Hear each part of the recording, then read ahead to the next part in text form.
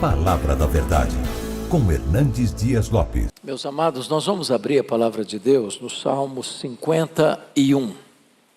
Salmo 51. Faremos a leitura de todo esse texto, versos de 1 a 19. Salmo 51. Está escrito assim: compadece-te de mim, ó Deus, segundo a tua benignidade, e segundo a multidão das tuas misericórdias, apaga as minhas transgressões. Lava-me completamente da minha iniquidade e purifica-me do meu pecado. Pois eu conheço as minhas transgressões e o meu pecado está sempre diante de mim.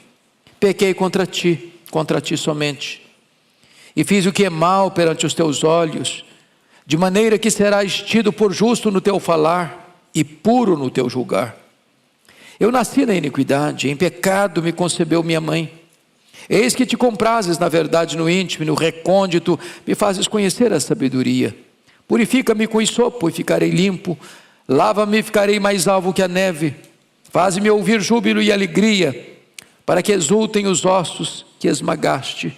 Esconde o rosto dos meus pecados e apaga todas as minhas iniquidades. Cria em mim, ó Deus, um coração puro e renova dentro em mim um espírito inabalável. Não me repulses da tua presença, nem me retires o teu Santo Espírito. Restitui-me a alegria da tua salvação e sustenta-me com um espírito voluntário. Então ensinarei aos transgressores os teus caminhos, e os pecadores se converterão a ti. Livra-me dos crimes de sangue, ó Deus, Deus da minha salvação, e a minha língua exaltará a tua justiça. Abre, Senhor, os meus lábios, e a minha boca manifestará os teus louvores. Pois não te comprases em sacrifícios, do contrário eu os daria. E não te agradas de holocaustos. Sacrifícios agradáveis a Deus são o espírito quebrantado, o coração compungido e contrito. Não o desprezarás, ó Deus. Faze bem a Sião, segundo a tua boa vontade. Edifica os muros de Jerusalém. Então te agradarás dos sacrifícios de justiça, dos holocaustos e das ofertas queimadas, e sobre o teu altar se oferecerão novilhos. Amém. Eu quero então conversar com vocês sobre arrependimento, a porta de entrada da restauração. Bom, é sabido de todos vocês que esse salmo é um salmo de confissão de Davi, um salmo de contrição, e o pecado que ele confessa aqui é especificamente o pecado que ele cometeu adulterando com Batseba, mulher de um dos seus soldados, chamado Urias. E ele, ao ter aquele relacionamento extraconjugal, a mulher manda avisá-lo: eu estou grávida. E a única palavra que Batseba profere em todo o enredo é esta: estou grávida. Sabendo disto, Davi tem um problema, porque o marido desta mulher está em guerra e não tem prazo para voltar para casa. E a gravidez tornar-se evidente, e todo mundo queria saber o que está acontecendo. Então Davi resolve ter 4 atitudes, né? Primeiro ele viu, depois ele cobiçou, depois ele adulterou, depois ele tentou esconder o seu pecado. Quais foram as 4 atitudes que ele tomou? Primeiro, dar férias ao marido de Batseba. Ele pensou: vai resolver o problema. Ele vai voltar para casa, vai se relacionar com a mulher, está tudo resolvido. Segundo plano, plano B, já que o plano A não funcionou, eu vou dar um banquete ao marido de Batseba e vou embebedá-lo, porque bêbado ele vai voltar para casa, nem vai saber o que vai acontecer. Também não funcionou. Plano C, encomendar a morte do marido de Batseba. Crime de guerra, soldado morre na guerra, ninguém vai questionar nada. Plano D, casar-se com Batseba para esconder o problema da gravidez. Tudo parecia perfeito, nenhuma ponta solta, tudo bem guardado no segredo. Só não contava com uma coisa: a Bíblia diz: porém esta coisa que Davi fez pareceu mal aos olhos do Senhor. O que Deus fez? Deus mandou o profeta Natã à casa dele. E o profeta era um homem de mente criativa. Ele sabia fazer uma abordagem direta para alcançar o coração do rei. E ele chega contando uma história que não tinha nada a ver com o problema do rei. Ele conta uma história de que havia um fazendeiro com muitas reses, com muitas ovelhas, e havia um pobre vizinho dele que só tinha uma cordeirinha, que ele comprara e criara com os filhos, que comia do bocado dele, que bebia no copo dele. E aí esse homem fazendeiro recebe uma visita, e resolve, em vez de matar uma das suas reses para fazer o jantar para o seu ilustre visitante, vai lá na casa do pobre, mata a única cordeirinha do pobre para fazer o jantar para o visitante. Isso provoca a ira de Davi. E ele diz: esse homem tem que morrer. E mais, ele tem que devolver ou pagar 4 vezes mais pela cordeirinha que ele matou, que ele pegou do seu vizinho pobre. E Natã, que não tinha medo, não era um profeta da conveniência, botou o dedo no nariz do rei e disse: tu és o homem. E Davi pagou 4 vezes. Primeiro, que o filho do adultério morreu. Segundo, porque Absalão matou Aminon. Terceiro, porque Joabe matou Absalão. E quarto, porque Salomão matou Adonias. Davi sentenciou a si mesmo e teve que pagar a conta. Ele só não morreu porque Deus perdoou o seu pecado. E esse salmo, ele vai contar para nós como é que foi esse processo do arrependimento, a porta de entrada da restauração. Então chama atenção para alguns fatos. Primeiro, a absoluta necessidade do arrependimento. Diz o texto bíblico que nesse período que ele ficou calado, guardando esse segredo, seus ossos envelheceram. Constantes gemidos, senso da distância de Deus, ou da mão esmagadora de Deus sobre ele. E então Davi está admitindo que não há cura, não há perdão, não há libertação, não há restauração sem arrependimento. E eu passo a destacar alguns pontos. Primeiro, passo da restauração é o reconhecimento do pecado. Olha comigo o verso 3. Leia comigo o verso 3. Pois eu conheço as minhas transgressões, e o meu pecado está sempre diante de mim. Eu conheço o meu pecado. Isso significa reconhecimento do pecado, convicção de pecado. Ele não olha para os outros. Ele não diz: olha, eu fui pego num laço. Se a Batseba não tomasse banho de porta aberta, de janela aberta, eu não teria caído nessa esparrela. Não, ele não culpa ninguém. Ele não joga a responsabilidade para ninguém. Ele diz: eu conheço a minha transgressão.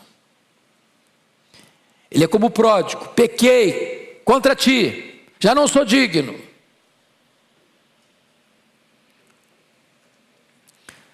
Meus irmãos, o ponto básico é o seguinte: o mundo hoje faz de tudo para você não encarar você mesmo.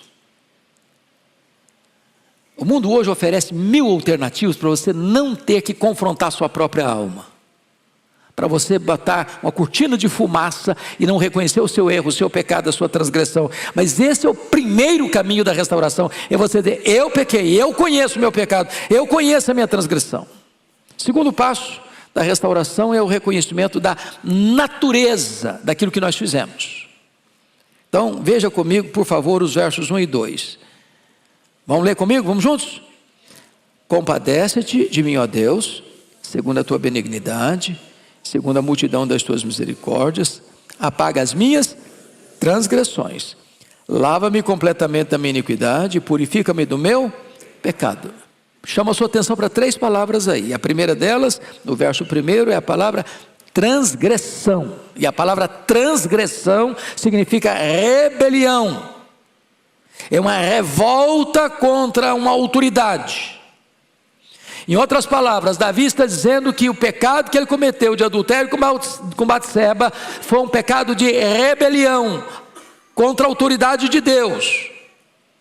Ele foi governado não por Deus, ele foi governado pela sua lascívia, pelo seu desejo, cobiça, impureza, lascívia.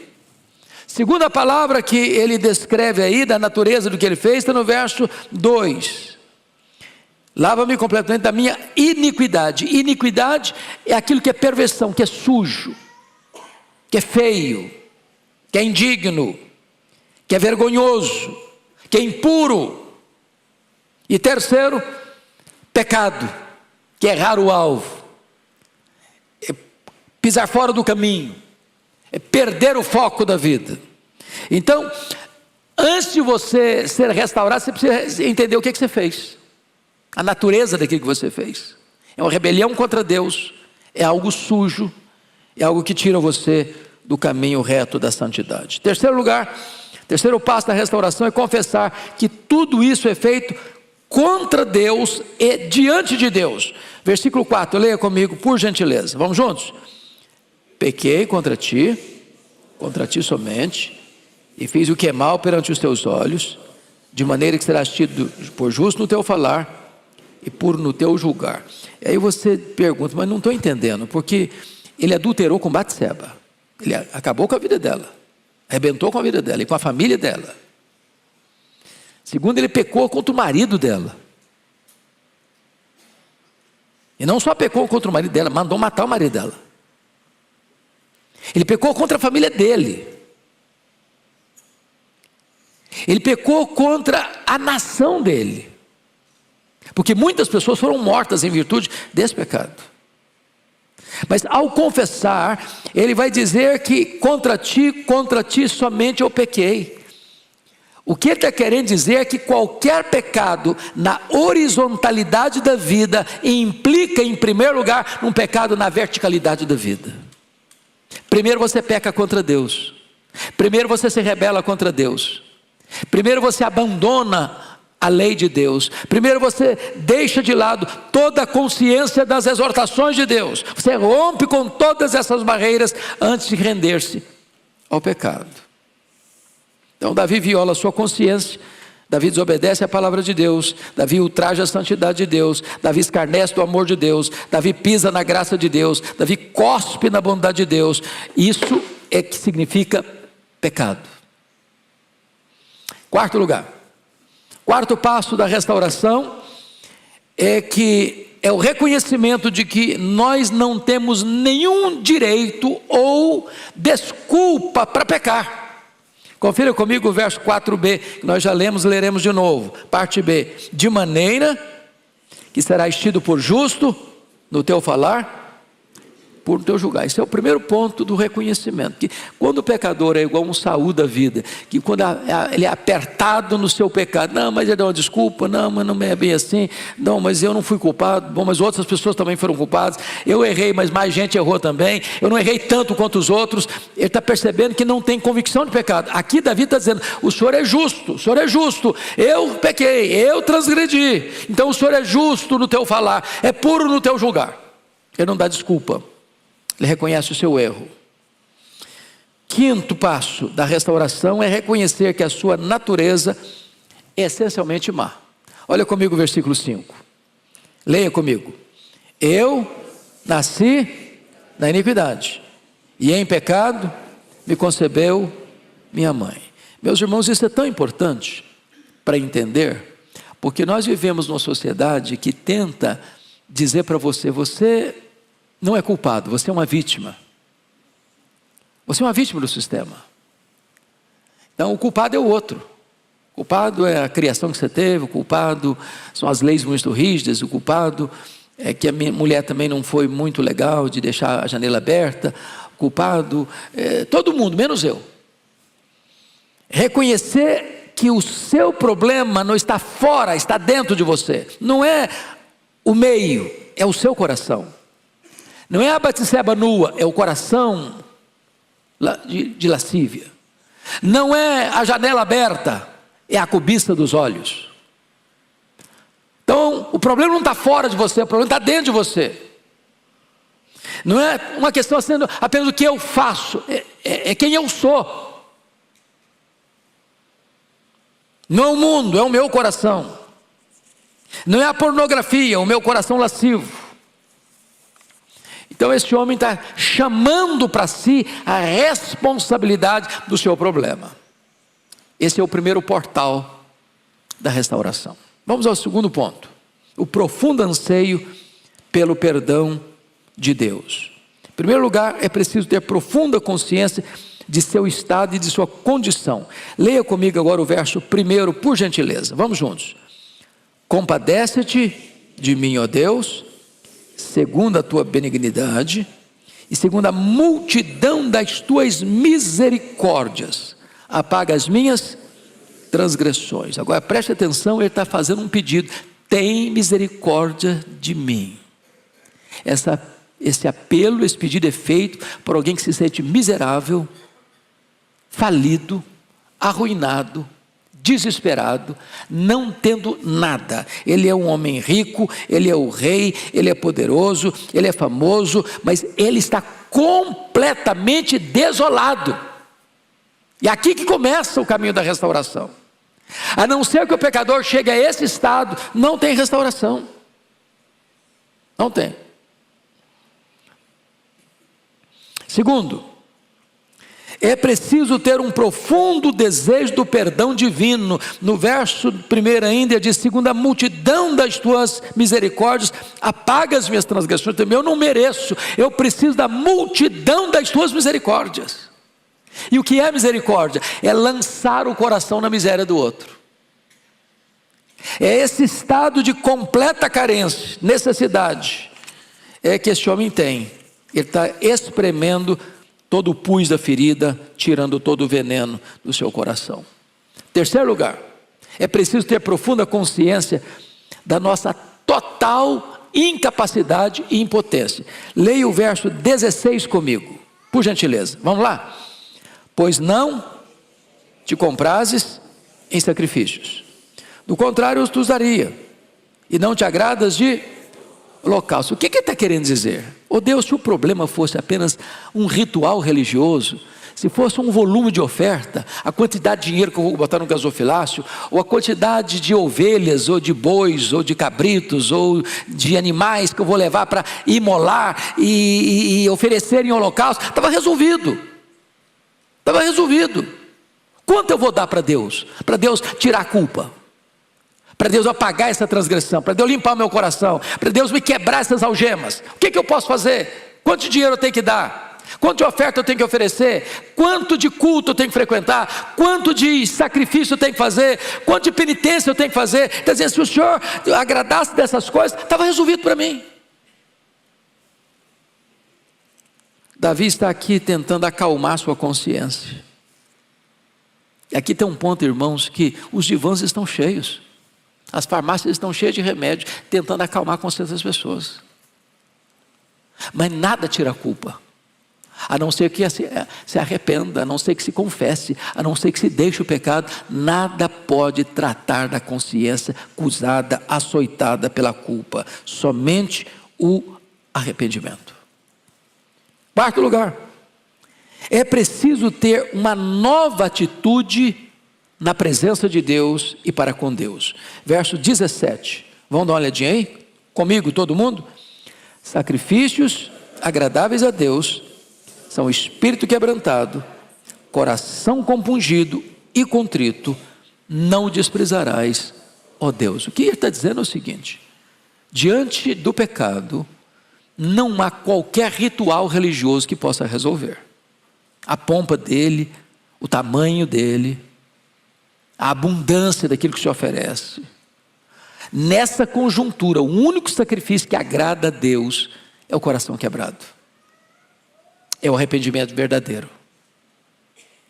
É a humilhação diante da poderosa mão de Deus. É isso que ele está dizendo. E aí, meus amados irmãos, é importante entender algo aqui. Alguém já disse que o diabo tem duas atitudes em relação ao pecado de um crente. A primeira atitude é essa: peca. Vai, experimenta, faça. Vai ser bom, você vai ter prazer. Você vai curtir muito. E depois ele diz assim: agora não tem mais jeito. Agora você caiu, agora você está arruinado mesmo. Agora não tem saída não. Agora você está preso, agora não tem mais condições de você resolver o seu problema. Agora fuja de Deus. Quando na verdade, a proposta da graça, quando nós erramos e pecamos contra o nosso Deus, é: corra para Deus. Corra para Deus. Faça como pródigo. Levantar-me-ei, irei ter com meu Pai. Corra para os braços de Deus. Não tente fugir de Deus. Ele é misericordioso. Ele é compassivo. É Ele que vai trazer cura para a sua alma. É Ele que vai trazer restauração para Deus. Esse é o sacrifício que Deus espera de você: um coração quebrantado, verdadeiramente arrependido, uma confissão genuína e verdadeira do seu erro, do seu pecado. É isso que Davi está nos instruindo aí. Mas vamos ao terceiro ponto, que é a maior necessidade do pecador arrependido e perdoado. Primeira necessidade, irmãos, que Davi escreve aí, é a necessidade de um novo coração. Veja o verso 10 comigo, por favor. Leia comigo. Cria em mim, ó Deus, um coração puro, e renova dentro em mim espírito inabalável. Veja você que aqui está o nosso real problema, é o nosso coração. O que Davi está admitindo aí? Eu não consigo dar a mim mesmo um novo coração. Eu não consigo produzir por mim mesmo um novo coração. Eu não sou a solução para a minha própria vida. Eu não tenho a solução para a minha própria vida. Só Deus pode criar em mim um novo coração.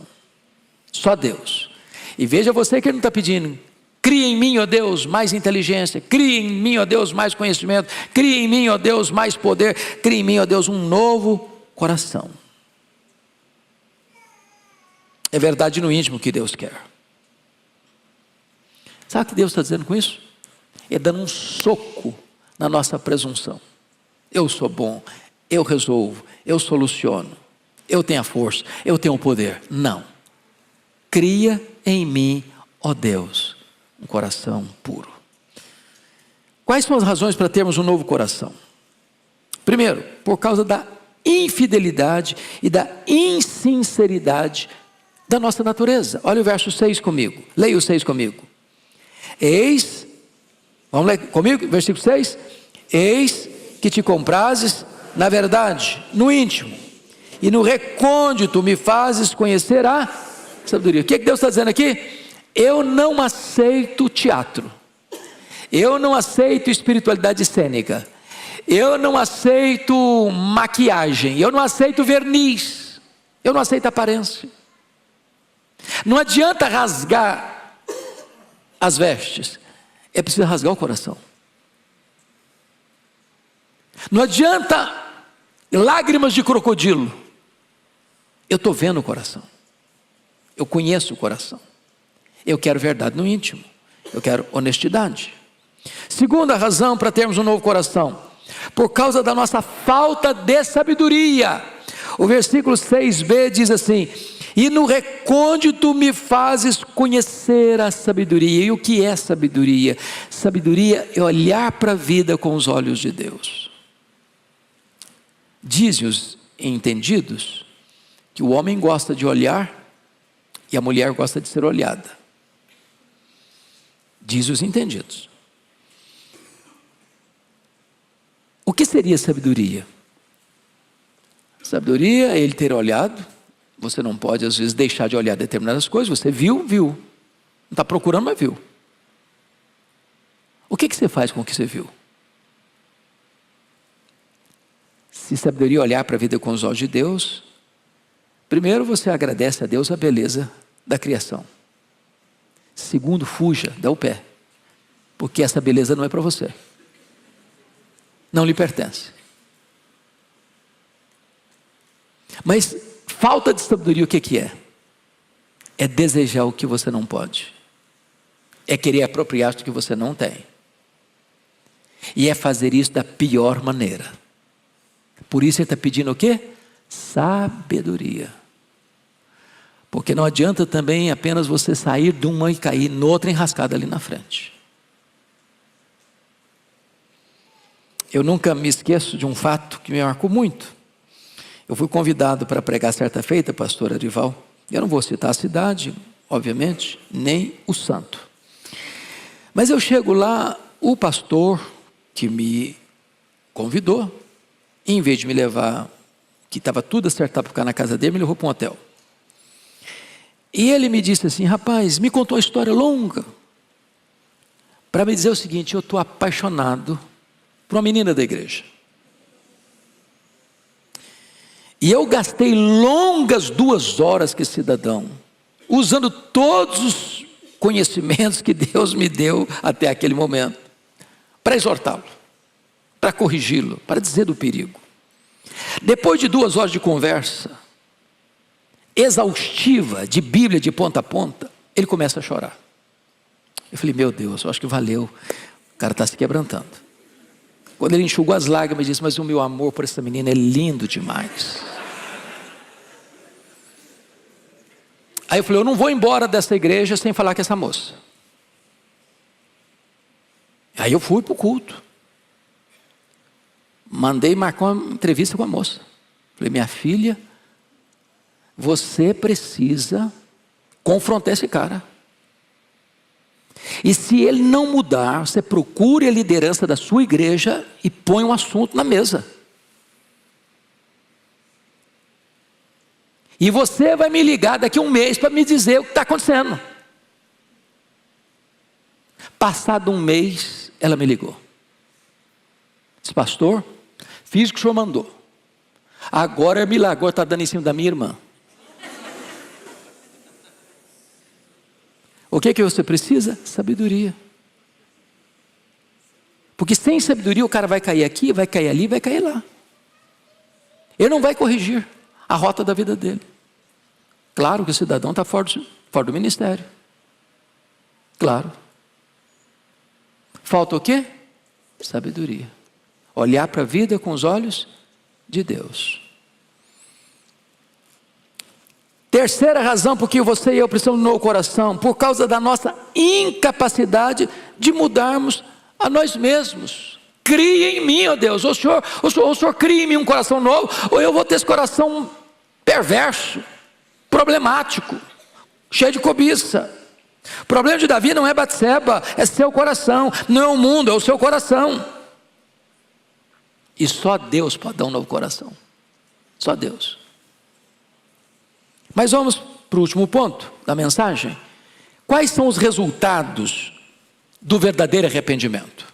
Primeiro, é a possessão ou é a posse de grande alegria e de grande júbilo. Leia comigo o verso 8, por favor.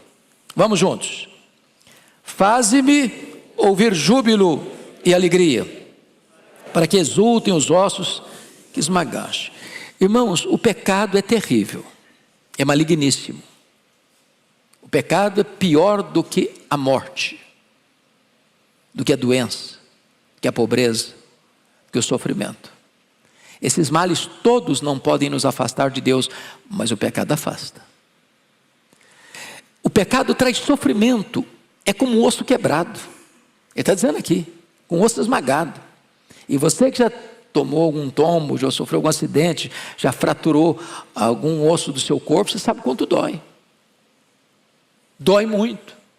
Ele diz que o pecado tem o mesmo efeito, provoca a mesma dor de um osso quebrado, de ossos esmagados. E o que ele está pedindo para Deus? Deus, agora eu quero alegria, Senhor, porque não tem alegria no pecado. O pecado é uma fraude, é um engodo, E vai prometer alegria e dar pesar, vai prometer liberdade, vai escravizar, vai prometer vida e vai matar. O pecado vai levar você mais longe do que você gostaria de ir, vai reter você mais tempo do que você gostaria de ficar, e vai lhe custar um preço muito mais caro do que você gostaria de pagar. Quando há perdão, há alegria. Mas notem comigo ainda o versículo 12.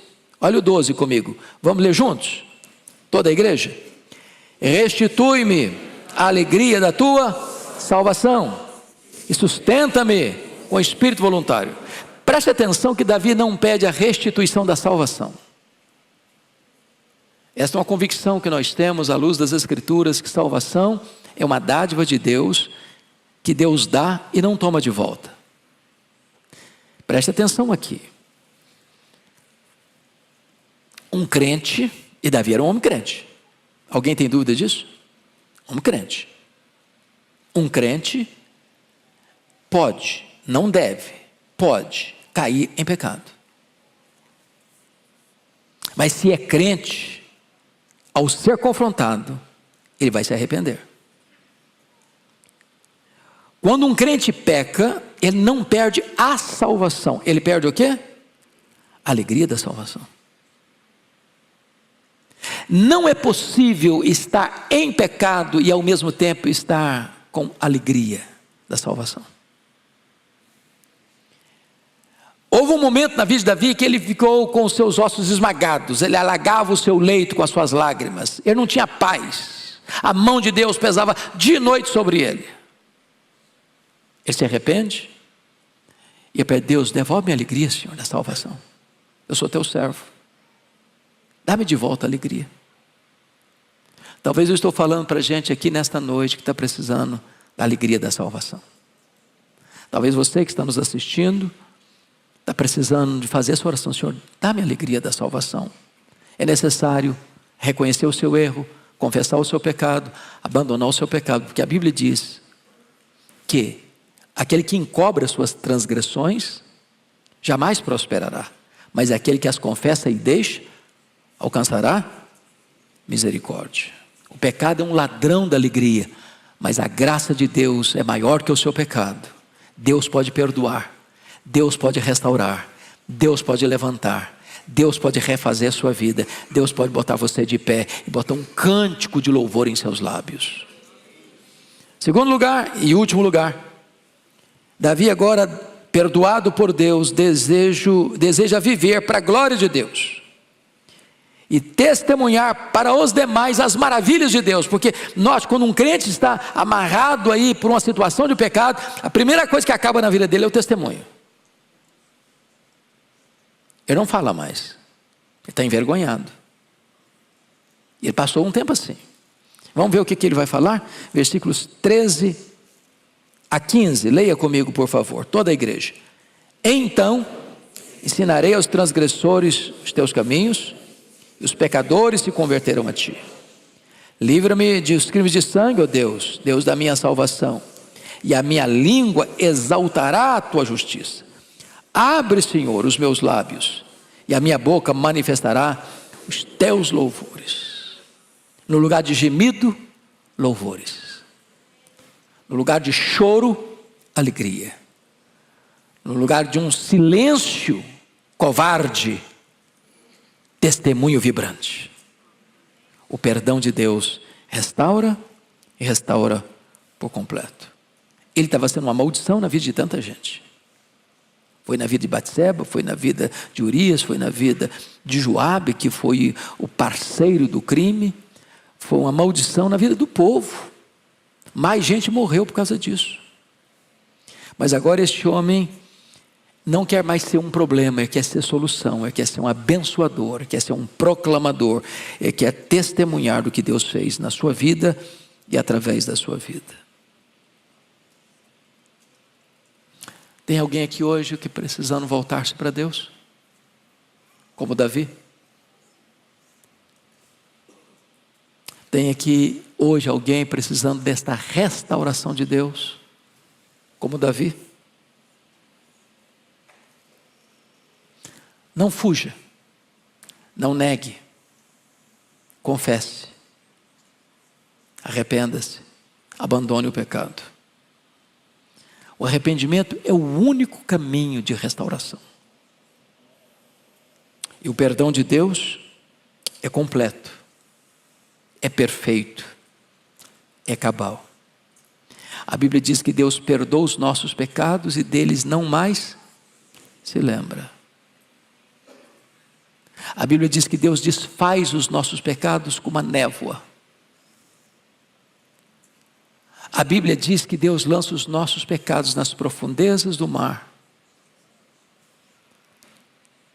E ninguém mais pode rebuscar este poço. A graça de Deus é maior que o nosso pecado. A ponto de o filho de Batseba com Davi ser o sucessor de Davi, Salomão,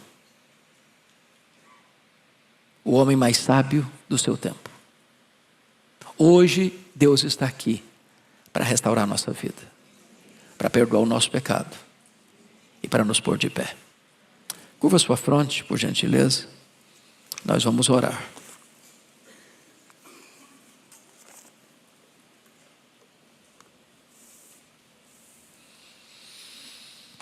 Senhor Deus, nós estamos aqui na Tua presença. Nós somos pecadores. Temos feito aquilo que é mal perante os Teus olhos. Temos transgredido a Tua lei. Temos falado aquilo que não convém. Temos agido de maneira tantas vezes equivocada. Tantas vezes temos nos omitido covardemente de agir na hora necessária. Tantas vezes abrigando em nosso pensamento aquilo que entristece o Espírito Santo. Ó Deus, tem misericórdia de nós. Perdoa-nos. Purifica-nos com o sopo, ficaremos limpos, mais alvos do que a neve. Lava-nos no sangue do Cordeiro. O sangue de Jesus que nos purifica de todo o pecado. Remove agora o peso da culpa, Senhor. Afasta as acusações de Satanás, os dardos inflamados do maligno. Dá-nos a bênção nesta noite de apropriarmos-nos do Teu perdão. No lugar do gemido, põe nos nossos lábios um cântico de louvor. Devolve-nos, ó Deus, a alegria da salvação. Abre os lábios do Teu povo para testemunhar da Tua graça maravilhosa, que é melhor do que a própria vida e é maior do que o nosso pecado. Visita a Tua igreja com a consolação da Tua graça, com a riqueza da Tua misericórdia e com a abundância do Teu perdão. Nós oramos com gratidão por Tua bondade, em nome de Jesus. Aleluia.